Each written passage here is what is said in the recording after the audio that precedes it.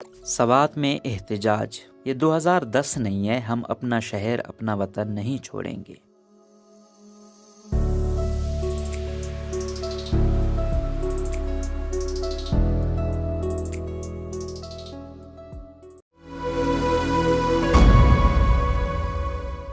Asia کے Switzerland کو ہماری ریاست جہنم بنانے کی پالیسیاں اپنا چکی ہے۔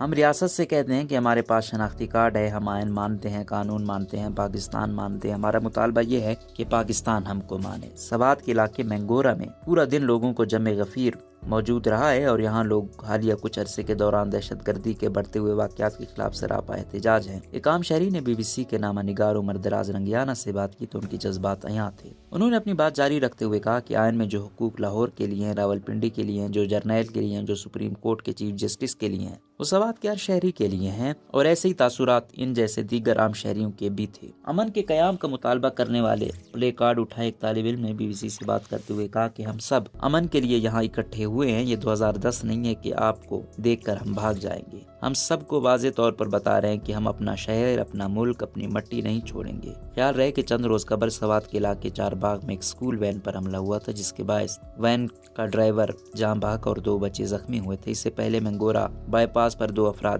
جاں بحق ہوئے تھے، جنہیں سیکیورٹی فورسز نے TTP کا حصہ، جبکہ لواحقین کا دعویٰ ہے کہ یہ لین دین کا معاملہ تھا جس کے بیچ میں سیکیورٹی اہلکاروں نے مداخلت کی۔ اس سے قبل سوات امن لشکر کے سابق سربراہ اور اپنے علاقے کی دفاعی کمیٹی کے سربراہ ادریس خان ایک ریموٹ کنٹرول بم حملے میں جاں بحق ہوئے تھے، جس کی ذمہ داری کالعدم تحریک طالبان پاکستان نے قبول کی تھی۔